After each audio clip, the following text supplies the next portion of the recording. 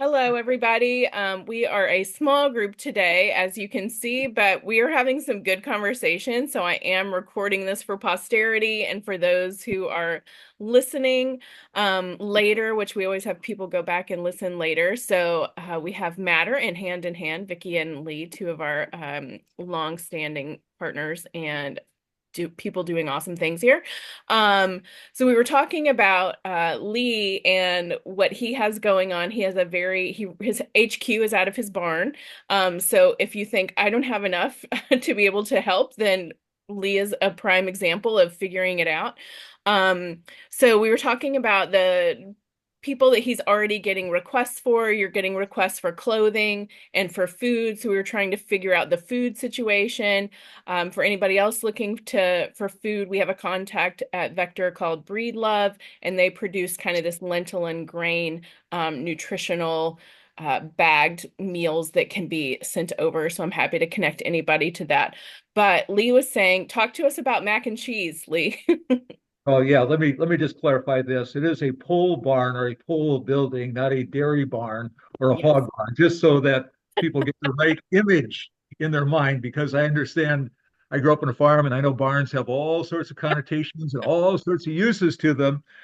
So people don't need to worry in terms of unsanitary, unsafe Correct. living areas. It's a nice cement floor, it's heated, well lit, pleasant place to be, and it's being put to good use. Yeah. So for a number of years, actually since about 2009, I've been connected with a local organization called Life Rice, which is similar to Feed My Starving Children or Kids Against Hunger. They do the rice-based meals. At the outset of the war, through another contact, we were given five large Gaylord boxes of macaroni and cheese, which each had about 1,400 pounds. We were given five Gaylord boxes of elbow macaroni, but it came in bulk, so it's 1,400 pounds. And I knew that that would not be terribly helpful just to send as such to Ukraine, because obviously, one is it's carbohydrate, which is a filler. It's good, doesn't have a lot of staying power to it. And the second issue is that distribution would be really, really impractical. And as we kind of reflected upon that, the idea came, well, let's do some macaroni and cheese. And at that point, we had to be very creative because, typically when people cook macaroni and cheese, they drain off the water before they add, the cheese, to it. And we wanted to make sure something was fortified, and we wanted to add to it a vitamin supplement along with a protein supplement. And so then we had to figure out a new way of preparing it so that when it's cooked, it can be, there's nothing, we're not going to lose anything. And so we found a recipe. We contracted with another organization that made the cheese packets and had bags specially printed up with cooking instructions in Ukrainian. And so then we packaged that, it was five Gaylord boxes. I'm guessing maybe 100,000 meals, something like that. In the end, had volunteers coming in. And then this last summer, the same company that donated the initial amount donated four more Gaylord boxes. So we got, as soon as my friend Jeff gets back from South America and he's having a big food packing on World Hunger Day, then this fall we'll set up some macaroni and cheese packings. And I'm thinking we have enough for at least probably 70,000 meals that we can pull together. The interesting thing is that in Ukraine, and I've had this question posed to me, it's a very legitimate question. And that is, okay, if Ukraine is the breadbasket of Eastern Europe, the former breadbasket of the Soviet Union, and if it's this big agricultural state, why on earth and they're exporting food, why on earth are you sending food? And then very legitimate question. And but the issue is it's not all that simple. One is that Ukraine economically really needs to export as much as it possibly can, because that is its main source of income from other countries. So a lot of it gets moved, to Africa and other countries that need the grains. And so what that does is that it creates its own market imbalance sometimes. But the fact is that food processing costs are expensive. And we all know what it's like, what it was like 4 years ago when you, or 3 years ago, when you could go to the store and buy, at least here in Minnesota, a dozen eggs for 79 cents. Well, now they're 2.99 or 3.99 for a dozen eggs. And inflation has been rampant in Ukraine. And so food is available, but it's expensive. And the issue becomes then of food availability, especially in situations where the supply lines have been cut off. So uh, the rice meal's been very popular, and the macaroni and cheese. Uh, again, it's a staple. It's something which is there. And interestingly enough, on 2 days ago, I was talking to one of my partners in Cherkasy, which is in the center of Ukraine. And I said, okay, what do you need? Well, we need medical supplies, we need clothing, and we need food. And we need, canned food, processed food, things that, and it's rather ironic because it's a very rich agricultural area. However, um, it makes it a challenge for people to live there to be able to afford it. We know what it's like in our own inflationary cycle, how expensive food has become. So consequently, we go, even our own family, we go to a place called Mike's, which sells, just, out of date stuff because it's reasonable. Or we go to Aldi's, which is cheap. Yeah, Well, I'm those also. options in Ukraine don't exist. And so the people that we're working with, either individuals who are, um, single families. I mean, there's a lot of them right now because a lot of the men are off to war. And so the moms are feeling their own stress of, caring for their children. You still have a significant elderly population, and then a lot of the food goes off onto the war front because all they need for a hot meal is a couple of cups of water and a fire, Mhm. and they can make a hot meal out of these dried food packs. Amazing. So it just comes available, and I've learned over the last few years. Uh, I just ask all the time, got something available?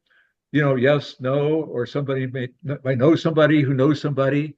And but what I'd like to be able to do is I don't want to, I really don't have the ability or the time to go into like a community food drive and collect all sorts of stuff, which is there, but to find a place where I could get, and it would be very, very fine if the food was all the same, but get, food that is already ready to be distributed, in reasonable amounts, Yeah. and that we could get, some pallets of it. That would be great because then when it is distributed, it moves very quickly. It can be easily handed out to people who are in need, and it so that's why I raised the question to you, if you had any idea of individuals that either had food, which again, if it's canned food and it's past expiration, doesn't matter. You Mhm. know, I mean, the food stays good for a long time after the expiration date, and that's not a significant thing. And dried food, uh, yes, fresh stuff obviously is impossible to send, but things which have been processed or bagged, ready to go, that's what we're looking for. Perfect. Lee, you sound like the MacGyver of food distribution. Good for Yes. you. You figured it out. Well, When you were visiting Matter, do you remember I showed you the non-perishable snack packs that we distribute into the communities? Is that something that you could use? Because we perhaps could deliver some of those boxes along with our next shipment to you. yeah, Do you remember those? I remember them. I wasn't really kind of thinking about that kind of thing. Let me ask you, are these packs which you have volunteers put together? Hmm. Yeah. But we have completed boxes of them. So Yeah. each box has 40 Oh snack my. packs already ready to go. They're Oh, that'd be, non-perishable. They do have an expiration date of, probably a year out, but they're yeah. non-perishable. No, if you're looking to get So them, if you think you're, you can get them across the border, oh, I could talk with Victor and see if we could add some to your next delivery. yeah, that would work fine. We've had no issues um, sending the rice based or uh, the uh, the macaroni based meals to into Ukraine. Everything's gone through easily, not a problem. I don't anticipate anything else. What we do is try to set up we add to the documentation just a statement on the nutritional value. Um, it, so I haven't said it. I've not sent anything which is post expiration date that might get flagged. But if it's within that, um, and the thing is, what we do um, with the rice based meals, they're good for 3 years Mm. post ship putting in a packet. And the same would be true about the pasta. Yeah. That, that just doesn't deteriorate. And so Yes. Okay. Terrific. I love that. What a yeah. candid spirit. You want to talk about too your volunteer army, Lee, who those people are? Well, we have a great group that comes on Mondays, and we have 12 to 20 who come on a regular basis. We do sorting of the medical supplies. The medical supplies we come in many times they come in kind of a mixed bag of stuff. So what we do is we take that and we have nurses who look at it first to make sure that it's good, it's usable. That's the main thing. Is this usable? And then the second thing is what category does it go into? We then divide it into 17 different categories. The categories are labeled in both English and Ukrainian. And so then those are boxed and they're labeled and then they're ready to be shipped. And how did you get connected to the nurses? Well, the idea actually came from Matter, who it was a couple of years ago. And that was that, in the wars, I've been sending aid, not through Matter, but through another organization, prior to the war. And when the war happened, everything was in disarray. And my partner Kay Netz told me about the meetings which Matter was establishing on the online meetings these here. And so and at the same time I was in conversation with Katie Johnson and with Joel Anderson at Matter because I was working with the mayor of Melitopol about sending a container of medical equipment, medical supplies, and Melitopol was overcome by the Russians the second day of the war. So that ended rather abruptly.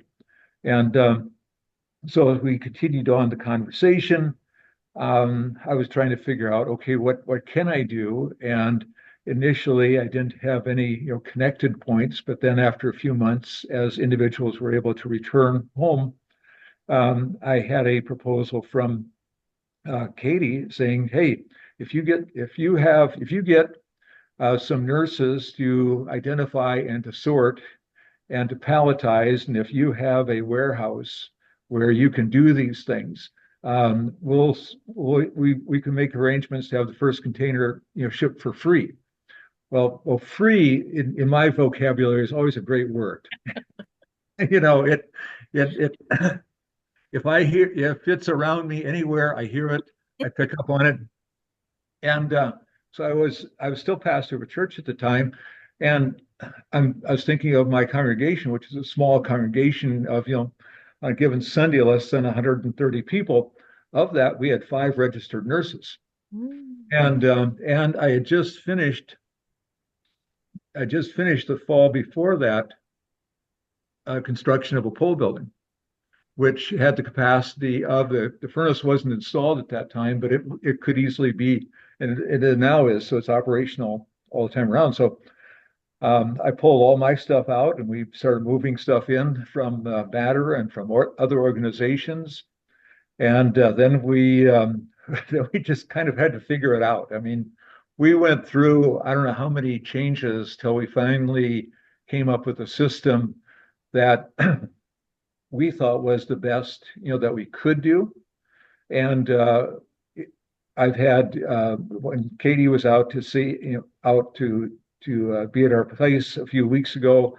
I asked, for her opinion. I've asked, continual feedback out of Ukraine, saying, okay, what are we doing? Is this working for you? What can we do better, for you?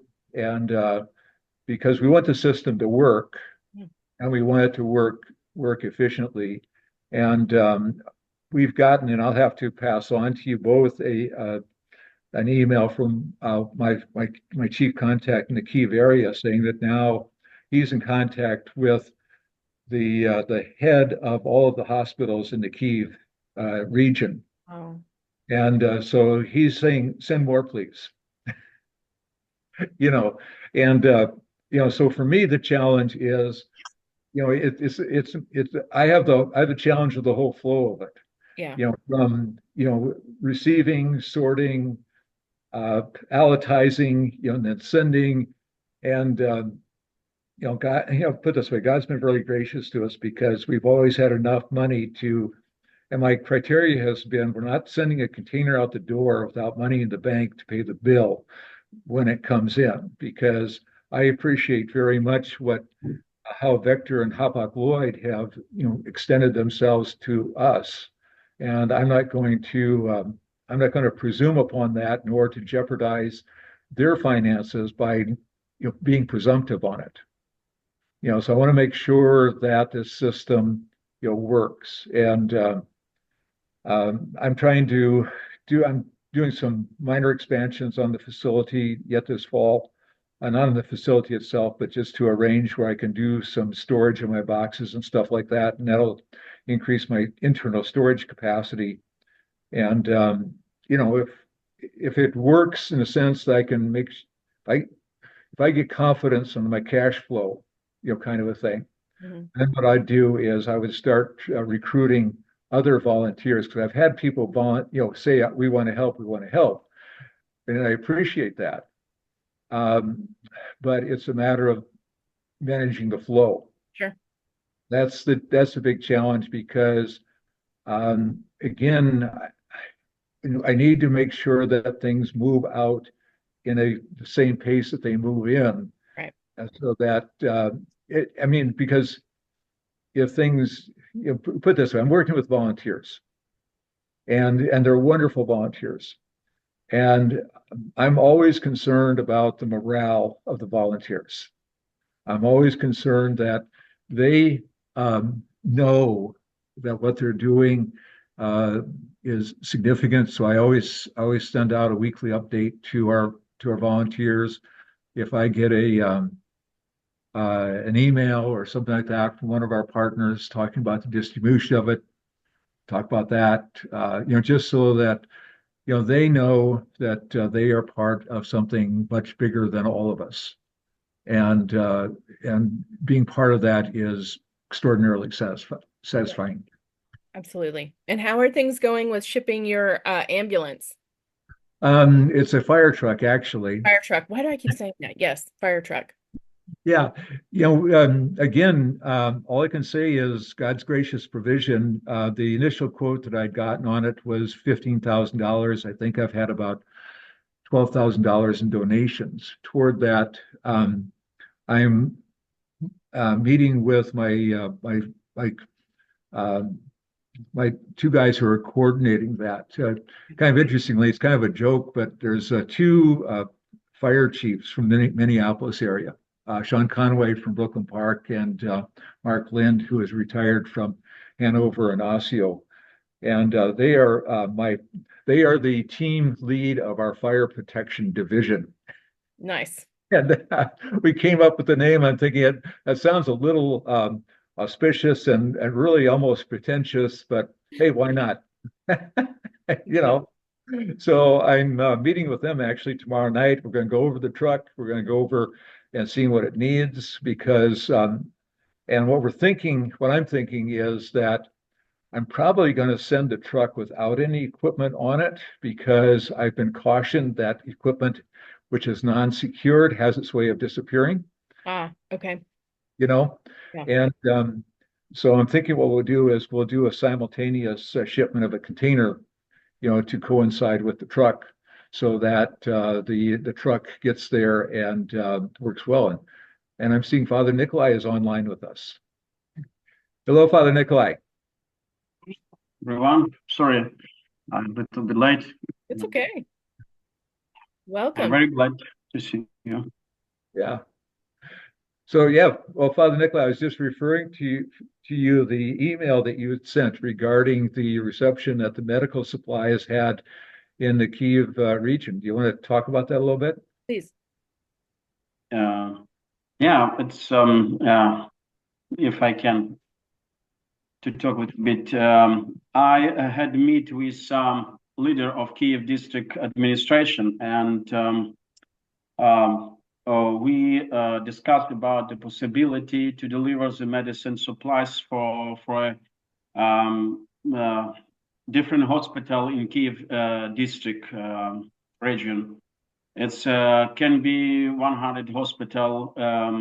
That's very actually for us because many of soldiers stayed in a hospital and provide the rehabilitation and some hospital care. And we started cooperate with this organization which represents all of the Kiev medical institutions. It's some organization.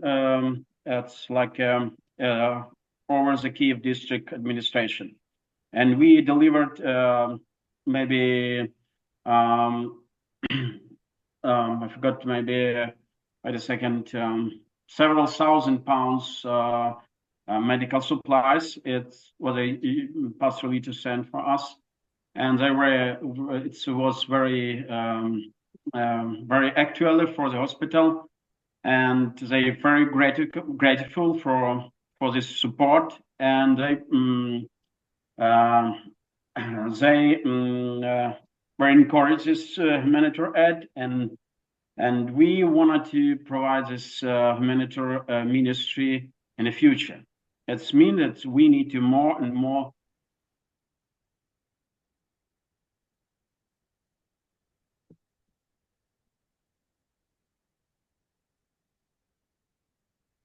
I think he locked up on us. Yeah.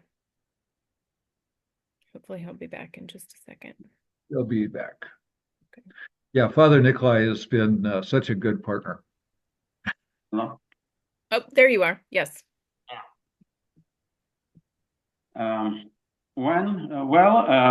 It will be good when you, Pastor Lee, will be in Ukrainian again. We can organize a meet with the Kiev administration. That's can be good discussion and very effective meeting. It means that we can build this partnership with this in this area. But we need to medical supplies and for this hospital. Yeah. How many hospitals? You talked about the medical system. How many hospitals is that? Uh-oh, I think you froze again. Yeah. Oh, there. How many hospitals is that, Father Nikolai? I suggest it can be 100 hospital, 100. Wow. Okay. Yes, that's a huge, it's a new challenge for us because before we received this humanitarian aid from pastorally enhanced logistic and sent for some local hospital in first front of line and East Ukrainian, but it's not was like a hundreds. But now we growing up and have the possibility to build a relationship with this Kiev official government organization. Okay. Yeah. Amazing. That's incredible work. And so are you in Kiev?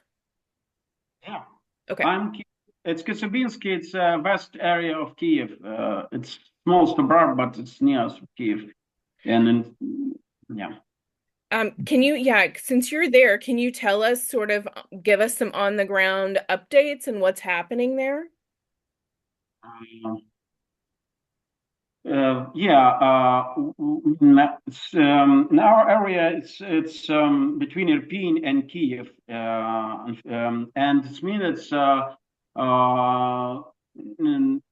when the first day, it was the first day of the war, the more attack of occupied Russian troops occupied Irpin, and they trying to attack in our area, but we separate with Irpin from the forest, and we blocked this whole main of this Russian troop, and now we have stability situation in our area. Yeah, we very often we have the problem with explorer and the bomb different, but praise the Lord, we have no problem in nothing to destroy it in our area, especially. In this area, we have the storage and have this own ministry, Logos Center, and everything is good. Yeah. Now in Logos Center, we have a lot of soldiers and refugees. Yeah. But everything is good. Okay. Thank you so much for covering that and letting us know. Appreciate that. And how did you two get connected?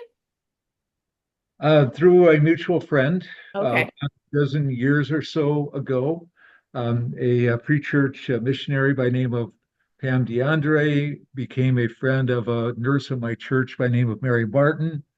And then Father Nikolai was visiting our community, and we met. I invited him to preach at my church, which was rather, I think, an interesting experience for both of us because it was the first time that he had spoken in English in an American congregation.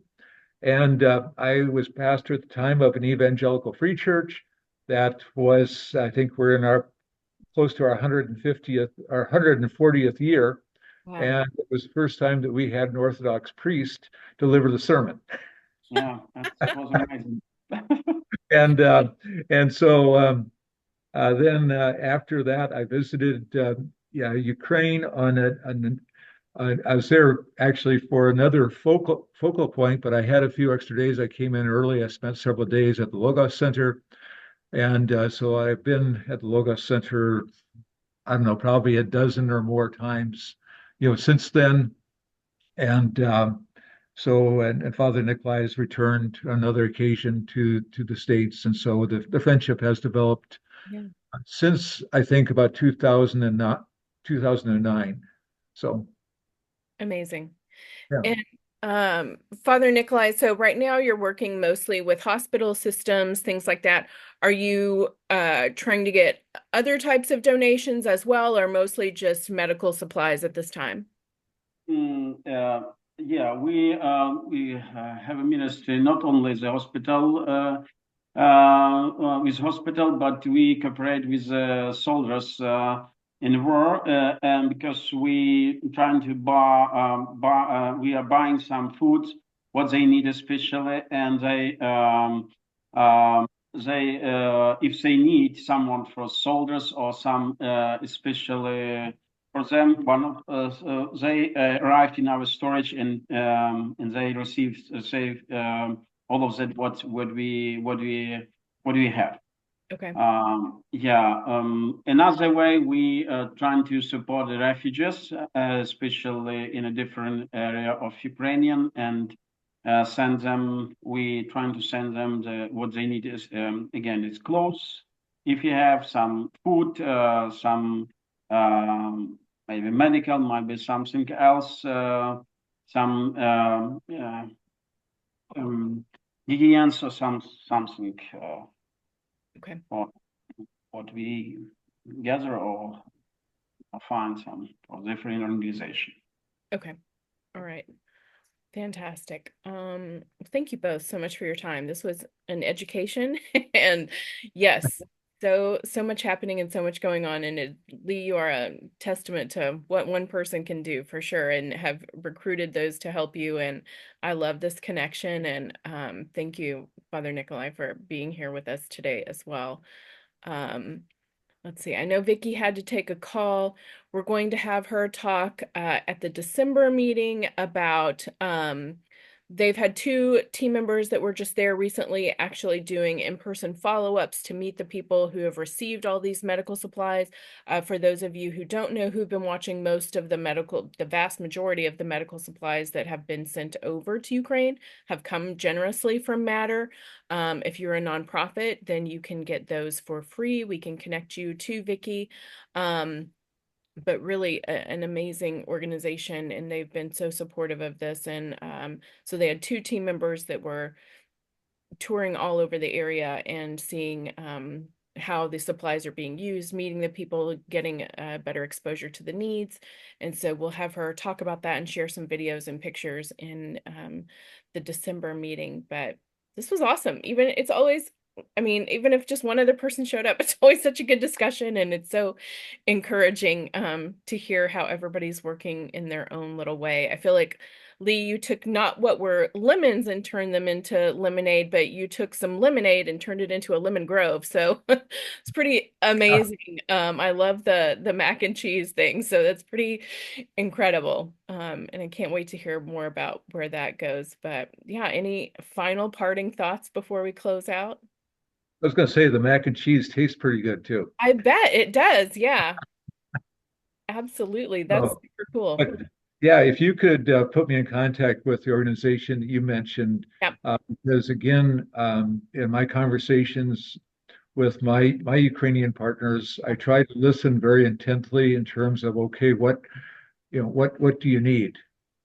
Yeah. And the amazing thing is, again, I've been gifted with a lot of things that I can make available, and that's my niche in the whole thing Yeah. is to simply make them available because the hard work is really done by people like Father Nikolai in terms of distributing those kinds of things, and that's because he again the proof is the end result is obviously that people's lives are really being saved.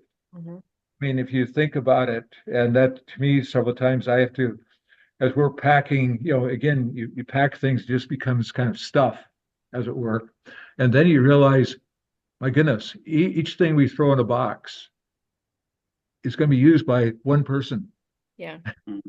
And it may not necessarily be at that particular moment life-saving, but it is certainly it is providing health and recovery for that one person. And then, again, with the generosity that Matter has, and with what Christy, you guys do at Vector, you make this system work easily for people like me.